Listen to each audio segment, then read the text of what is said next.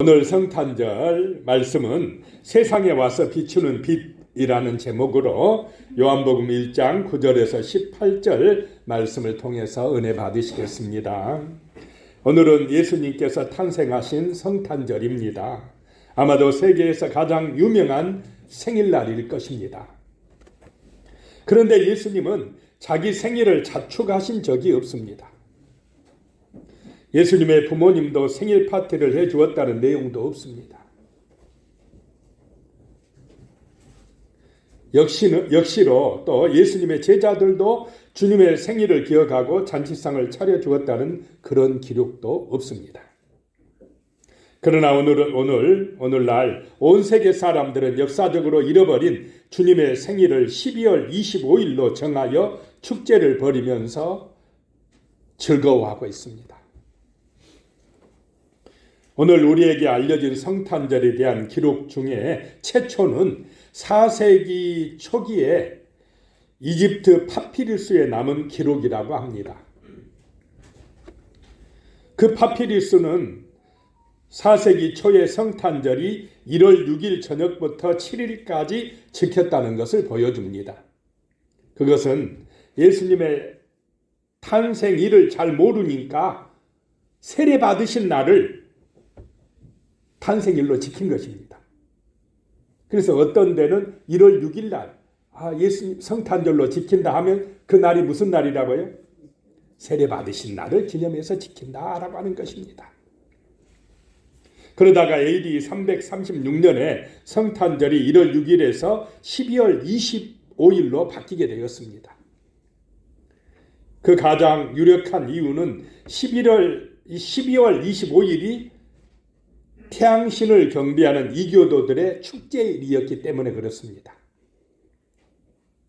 당시 교회 지도자들은 이 빛의 축제가 세상의 빛이 되신 예수 그리스도께 드려지는 것이 합당하다고 생각을 했습니다.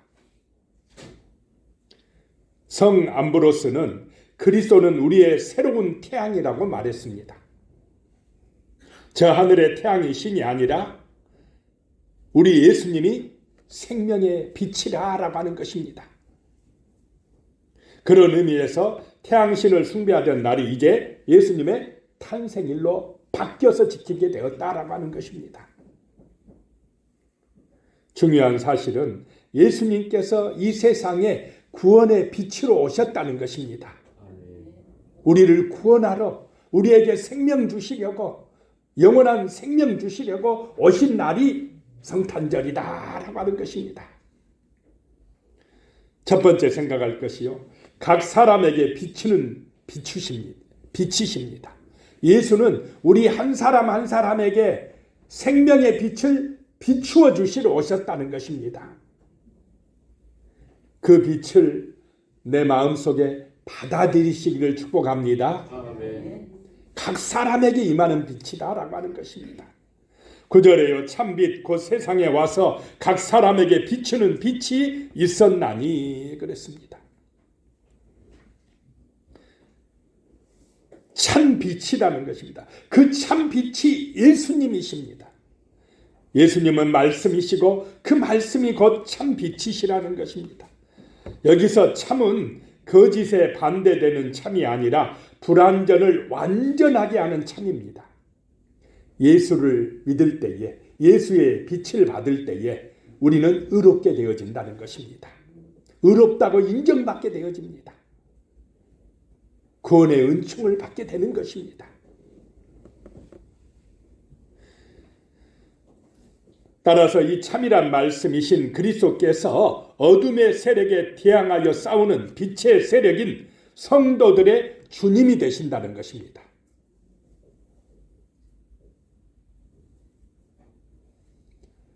지금 우리는 어둠의 세력과의 영적 전쟁 중입니다.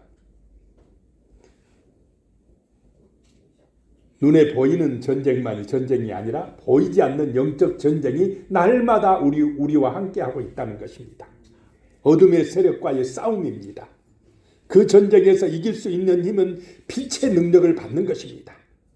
이 생명의 빛 예수의 빛이 나를 비추어 주셔야 어둠이 물러가는 줄로 믿으시기 바랍니다. 아멘. 더러운 귀신들이 쫓겨갑니다. 근심, 염려, 불안, 두려움, 막 피곤함, 모든 악한 것들이 물러가게 되어 있다는 것입니다. 이 생명의 빛 예수의 빛이, 그 밝은 빛이 오늘 이 시간 우리의 심령을 빛나게 해주시기를 축복합니다. 아멘. 우리 한 사람 한 사람에게 그 어둠을 물리치는 생명의 빛으로 예수님이 오셨다라고 하는 것입니다.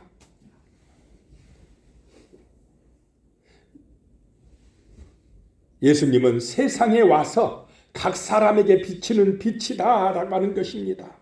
여기서 세상은 어둠의 피조물로서 창조되었지만, 하나님의 피조물로 창조되었지만은 지금은 인간과 함께 타락하여 부패한 곳을 말합니다.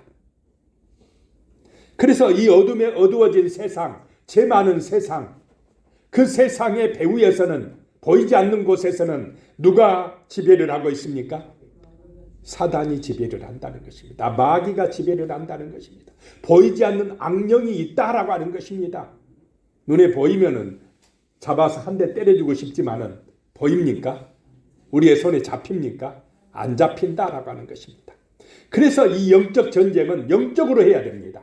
기도로 해야 됩니다. 말씀으로 해야 된다는 것입니다. 예배를 드려야 이 어둠의 권세가 쫓겨가는 것입니다. 아멘. 세상 방법으로는 보이지 않는 어둠의 권세를 물리칠 수가 없습니다. 참 이 예배가 중요하다는 것입니다. 예수의 이름으로 하는 기도가 중요하다는 것입니다. 하나님의 말씀을 선포하는 것이 중요합니다. 그 말씀의 씨앗이 내 마음밭에 뿌려지는 것이 중요하다는 것입니다. 세상의 말들이나 세상의 지식이나 세상의 이론이 아니라 하나님의 말씀이 내 생각 속에 뿌리 내리시기를 축복합니다. 아멘. 내 마음 속에 뿌리를 내려야 됩니다. 그래야 내 입술에서 말씀이 나오고 긍정적인 선포가 나오고 나의 삶이 거룩한 삶이 되어지는 것입니다. 세상을 이기는 삶이 되어지는 것입니다. 형통한 삶이 되어지는 것입니다. 예수의 빛을 받으시기 바랍니다. 한 사람 한 사람에게 임하는 은혜의 빛이다라고 하는 것입니다. 요한복음 8장 12절에요. 예수께서 또 말씀하여 이르시되 나는 세상의 빛이니 나를 따르는 자는 어둠에 다니지 아니하고 생명의 빛을 얻으리라 라고 말씀하십니다. 내가 세상의 빛이다 라고 말씀합니다. 예수님이 세상의 등불이라는 것입니다. 어둠의 세력을 물리치는 생명의 빛이 되신다는 것입니다. 신비합니다. 예수의 이름으로 기도할 때 더러운 귀신들이 쫓겨갑니다. 물러갑니다. 내 마음속에 근심, 두려움, 염려, 걱정이 사라져버립니다. 이 신비한 은혜가 예수의 빛을 받을 때 임하는 것입니다. 예수의 거룩하신 이름이 우리를 살립니다. 우리를 평안하게 합니다. 우리를 기쁘게 합니다. 우리를 강하게 합니다. 예배드림으로 이 시간 예수의 빛을 받으시기를 축복합니다. 아멘. 내가 빛이다. 나를 따르는 자는 어둠에 다니지 아니하고 마귀한테 붙들려 있지 아니하고 마귀의 시험 당하지 아니하고 생명의 빛을 얻으리라 라고 말씀하시는 것입니다. 자, 예수님은 우리 각 사람에게 비추는 생명의 빛인 줄로 믿으시기 바랍니다. 아멘. 두 번째로 예수님은요. 두 번째로 세상은 예수님을 알지 못합니다.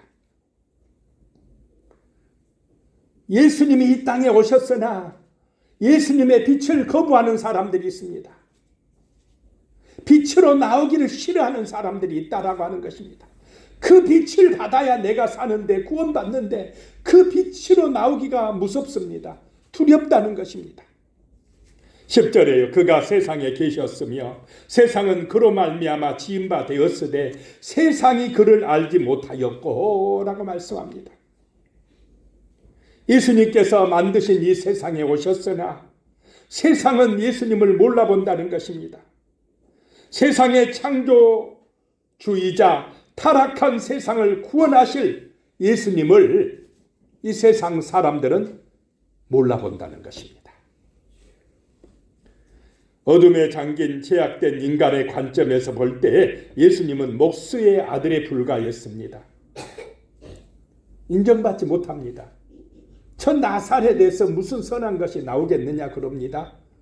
목수의 아들이 무슨 능력이 있느냐 그럽니다. 예수님을 따르던 군중들도 주님을 기적을 행하는 선지자 정도로 봤습니다. 또는 정치적인 메시아로 판단했습니다. 육신의 문제나 해결해 주실 분으로 알았습니다. 자, 예수 믿는 목적이 예수 믿으면 돈 많이 벌게 해주신다. 예수님 믿으면 병 낫게 해주신다. 단순히 그런 육적인 목적만을 가지고 따르지 마시기를 바랍니다. 예수 안에 영원한 생명이 있다는 걸 볼 줄 알아야 됩니다. 구원이 있다는 걸 볼 수 있는 눈이 열려야 된다라고 하는 것입니다. 이 세상 것이 다가 아니고 죽음 너머에 영원한 세계가 있다는 것 볼 수 있는 성령의 사람, 거듭난 사람이 되어야 한다라고 하는 것입니다. 육신적으로만 보면 절대로 예수님 이해하지 못합니다. 예수님이 그냥 훌륭한 스승이나 선생 정도로밖에 보이지 않는다라고 하는 것입니다. 사람들은 구원의 빛으로 오신 예수님을 알아보지 못했다는 것입니다. 천국의 문을 열어주실 하나님의 아들을 몰라봤다는 것입니다. 하나님의 약속대로 오신 예수님을 몰라봤습니다. 그것은 성경을 몰랐기 때문에 그렇습니다. 하나님의 약속보다 자기들 생각이 앞섰기 때문에 그렇습니다. 이것은 오늘날도 마찬가지입니다. 자, 성경을 앞세우십니까? 내 생각을 앞세우십니까? 이 땅을 살아가실 때 세상의 가치나 내 판단이 우선입니까? 성경을 읽고 하나님의 성령의 감동과 은혜를 받을 때가 많으십니까? 성경을 묵상하시면서 하나님 말씀의 가치가 내 생각과 입술과 삶을 지배하시기를 축복합니다. 아멘. 그래야 예수의 빛을 받게 됩니다. 성령님의 인도하심을 받게 됩니다. 진정한 평안한 가운데 감사함으로 살게 됩니다. 이 은혜를 체험하시기를 바랍니다. 많은 사람들이 그런데 이 은혜를 모르고 살아간다는 것입니다. 예수의 빛이 비추어오고 있는데, 그 생명의 빛이 비추어오게 있는데 어두운 가운데서, 세상 가운데서만 살아가고 있는 불쌍한 영혼들이 너무나 많다라고 하는 것입니다. 구원받지 못한 사람들이 많다라고 하는 것입니다. 11절에요. 자기 땅에 오매 자기 백성이 영접하지 아니하였으나. 자기 땅에 왔는데 자기 백성들이 받아들이지 않는다라고 하는 것입니다. 주인을 외면한 악한 종들이었습니다. 세상은 말씀이신 예수님의 소유이며 예수님의 거처가 되신다라고 하는 것입니다.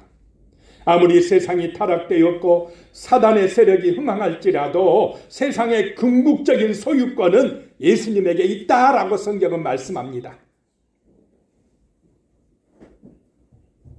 예수님께서 만왕의 왕이시요 만유의 주인이 되신다라고 하는 것입니다. 이게 믿어지십니까? 성경이 그렇게 말씀하십니다. 이것을 우리가 기억하고 살아가야 됩니다. 내가 주인이 아닙니다. 우리 인생이 주인이 아닙니다. 그런데 마귀는 끊임없이 우리가 주인이라고 거짓말로 속입니다. 욕심과 어리석음에 빠지게 합니다. 예수님께로 나오지 못하게 막고 있습니다. 요한복음 3장 19절에요. 그 정죄는 이것이니 곧 빛이 세상에 왔으되 사람들이 자기 행위가 악함으로 빛보다 어둠을 더 사랑한 것이니라. 사람들이 죄 지으면 빛으로 오고 싶어지겠습니까? 밝은 데로 오고 싶겠습니까? 어두운 데로 숨으려고 하겠습니까? 죄를 지으면, 타락하면 어둠 속으로 들어가요. 어둠의 세계로 숨으려고 한다라고 하는 것입니다. 빛으로 나오기를 싫어합니다. 사람들이 정죄받는 것은요, 죄가 없어서가 아닙니다. 죄 없는 사람 누가 있겠습니까? 문제는 빛이 왔으되, 참 빛이 왔으되 빛으로 나오지 않는 것이 문제다라고 하는 것입니다. 용서받을 길을 하나님께서 열어주셨습니까? 안 열어주셨습니까? 죄인들이 구원받을 길을 열어주셨습니다. 용서받고 거듭날 길을 열어주셨습니다. 하나님의 아들 예수가 우리의 죄값을 십자가에서 대신 감당해 주셨다고 말씀하십니다. 누구든지 오라고 합니다. 이 빛으로 오면, 이 예수의 빛을 받으면 용서해 주시겠다는 것입니다.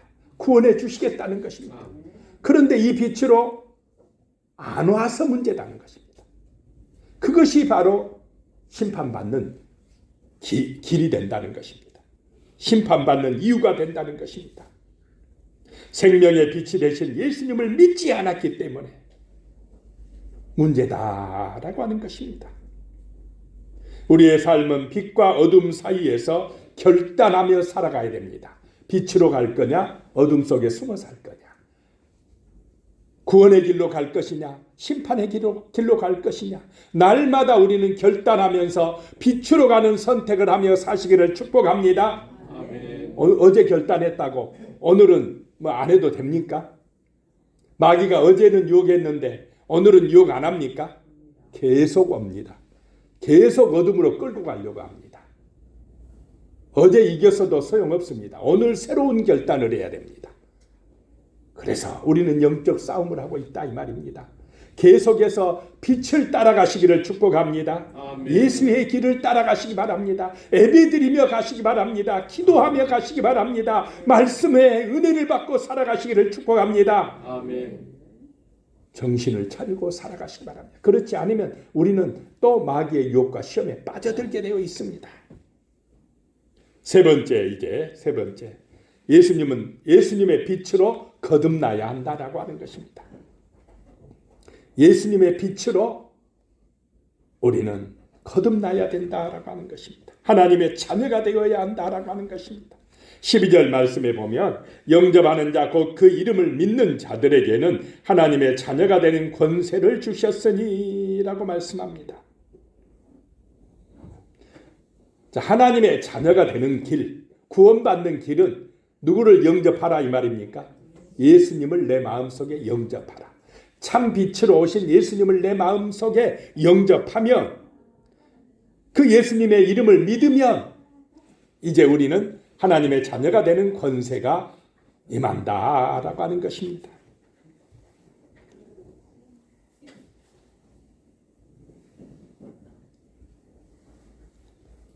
자, 예수님 믿으러 우리 최기순 할머니, 성도님과 또 이서와 아주머니 두 분 오셨습니다.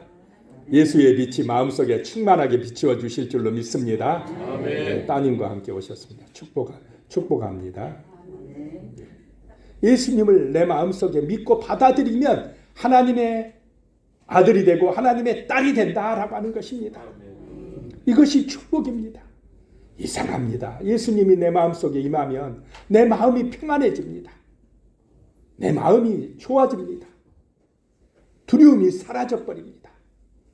든든해집니다. 미운 생각이 없어집니다. 원망하는 마음도 사라져버립니다. 신비한 은혜가 임합니다. 욕심도 없어져요. 그냥 기뻐요. 그냥 행복합니다. 그냥 좋아집니다. 이게 은혜라는 것입니다. 예수의 빛으로 거듭난 인생이 되어지는 것입니다. 예수님으로 기뻐지시기를 축복합니다. 아멘. 예수님으로 만족하게 되어집니다. 뭐 다른 것 없어도 괜찮습니다. 예수님이면 됩니다. 예수님이면 나는 감사합니다. 이런 마음이 들게 되어진다는 것입니다. 마귀의 유혹과 시험을 이기게 된다는 것입니다. 하나님의 말씀이 내 생각과 마음을 지배하게 됩니다. 날마다 내 마음밭에 하나님의 은혜의 말씀이 심어지시기를 축복합니다. 아멘. 그 말씀의 가치가 나의 삶을 인도하게 해야 된다라고 하는 것입니다. 성도는 이제 어둠의 자녀에서 하나님의 자녀로 놀라운 변화를 겪었습니다. 하나님의 자녀가 된다는 것은 권세를 받는다는 것입니다. 그 권세는 엄청난 축복입니다. 이 세상의 금수저와 비교할 수가 없습니다. 그 권세는 천국의 문을 통과하게 하는 영생을 얻는 길입니다. 마귀의 노예에서 풀려나게 합니다. 지옥에서 해방되는 권세입니다. 영국의 찰스 웨슬레 목사님이요, 1738년에 뉴게이트 감옥의 사형수들에게 전도한 내용을 기록한 글입니다. 교수대 아래에 있는 그들의 얼굴은 빛나고 있었습니다. 어떻게 죽을 사람들, 사형수들의 얼굴이 빛이 납니까? 예수의 빛이 비추고 있기 때문에 그럽니다. 이게 신비합니다. 위로와 평안과 승리감으로 충만했습니다. 그리스도께서 자신들을 위해 죽었으며 천국으로 데려가신다는 확신에 붙들려 있었습니다. 교수대 아래의 한 흑인은 말없이 표정으로 내게 인사했습니다. 그와 눈이 마주칠 때마다 그는 내가 여태껏 보았던 가장 평온하고도 기쁜 얼굴로 미소 지었습니다. 참, 이런 일이 있을 수 있겠습니까? 우리는 그들이 신랑을 맞을 준비를 하고 있는 것을 바라봤습니다. 한 사람도 동요하거나 살려고 발버둥 치지 않고 순순히 숨을 거두었습니다. 나는 우리 친구들이 복된 곳으로 들어갔다는 확신과 평안을 안고 집으로 돌아갔습니다. 교수대 아래에서 보낸 그 짧은 시간은 내 인생에서 가장 복된 시간이었습니다. 이 이야기에서 놀라움과 감동을 주는 두 가지 면이 있습니다. 하나는 웨슬리가 그리스도의 진리와 사랑에 대해서 전한 메시지의 놀라운 능력입니다. 자, 죽음을 앞둔 사람들에게는 이 복음이 잘 전달되겠습니까? 안 되겠습니까? 바로 잘 전달돼요. 잘 나갈 때는 안 받아들여요. 그런데 죽음이 임박했을 때는 사람들이요, 겸손해집니다. 마음의 문이 열립니다. 이 사형수들이 그 말씀을, 복음을 그대로 받아들였습니다.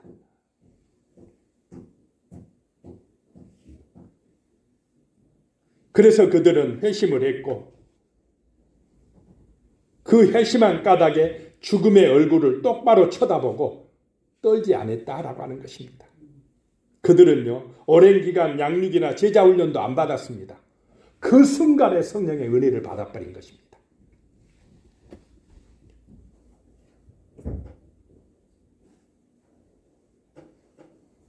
비록 사형수라도 예수님을 영접하면 하나님의 자녀가 되는 권세를 얻는다라고 하는 것입니다. 그러면 사형장에서도 이렇게 평온할 수가 있다라고 하는 것입니다. 예수의 빛이 우리의 마음에 비추어 주심으로 거듭나서 하나님의 자녀로 살아가시기를 축복합니다. 아멘. 새로운 인생으로 산다라고 하는 것입니다. 죽음을 두려워하지 않는 인생이 되어진다는 것입니다. 천국의 백성으로 살아간다는 것입니다. 13절에 보면 이는 혈통으로나 육정으로나 사람의 뜻으로 나지 아니하고 오직 하나님께로부터 난 자들이니라 라고 말씀합니다. 하나님의 자녀가 될 수 없는 부정적인 세 가지 요인은 13절에 나옵니다. 혈통, 육정, 사람의 뜻, 이걸로는 하나님의 자녀가 될 수 없다라고 하는 것입니다. 혈통은 육체적인 혈연 관계입니다. 혈연으로 구원받지 못합니다. 아버지 잘 믿었다고 아들이 저절로 구원받습니까? 안 된다 이 말이에요. 각 사람에게 예수의 빛이 임해야 돼요. 그 다음에 둘째, 육정이라는 건 육체적인 욕망입니다. 욕심으로 천국 못 갑니다. 돈으로 천국 갈 수 없습니다. 오직 믿음으로 간다 이 말입니다. 그 다음에 셋째로 사람의 뜻으로 아니하고 사람의 뜻으로 나지 아니하고 그랬습니다. 사람의 뜻이란 절대자에게 도달하고자 하는 인간의 이성적인 노력이나 수양이나 율법 준수 이런 것이다 이 말입니다. 사람의 이성, 사람의 노력 가지고 하나님의 자녀가 될 수 있습니까? 안 된다 이 말입니다. 오직 누구의 은혜입니까? 하나님의 은혜다. 예수님의 은혜다. 그 은혜의 빛이 내 마음속에 비추어 주셔서 내가 거듭나야 된다 이 말입니다. 지금까지는 돈이 중요했고 돈이 나의 삶의 목표였고 내 영광이 삶의 중심이었다면 거듭난 사람은 예수 믿고 새 생명 얻은 사람은 그 중심에 돈이겠습니까? 예수가 오겠습니까? 예수가 딱 들어옵니다. 예수가 보배가 돼요. 예수의 영광이 삶의 가치관이 됩니다. 변하게 돼버립니다. 성령이 역사하면. 예수의 기쁨이 나의 기쁨이 돼버립니다. 그것이 형통의 길입니다.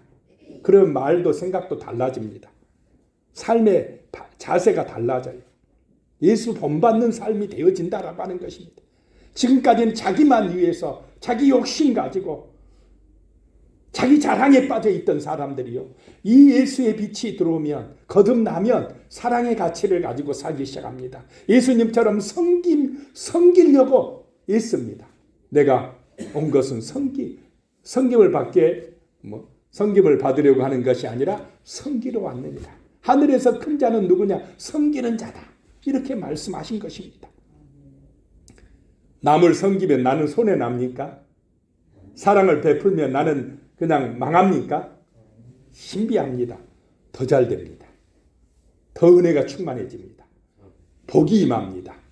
하나님이 축복해 주십니다. 다른 사람을 사랑하고 섬겨주면요, 몇 배가 되어 내게 돌아온다는 사실을 기억해야 됩니다. 욕심 부린다고 잘 되는 게 아닙니다. 사랑하고 섬길 때 잘 되는 것입니다. 그런 삶이 거듭난 삶이요, 예수가 주인 되는 삶이다라고 하는 것입니다. 천국 가는 삶입니다. 네 번째로요, 예수님이 은혜와 진리의 빛이다라고 하는 것입니다. 예수님이 은혜요, 예수님이 진리다는 것입니다. 15절에 요한이 그에게 대하여 증언하여 외쳐 이르되 내가 전에 말하기를 내 뒤에 오시는 이가 나보다 앞선 것은 나보다 먼저 계심이라 한 것이 이 사람을 가리킴이라 하니라.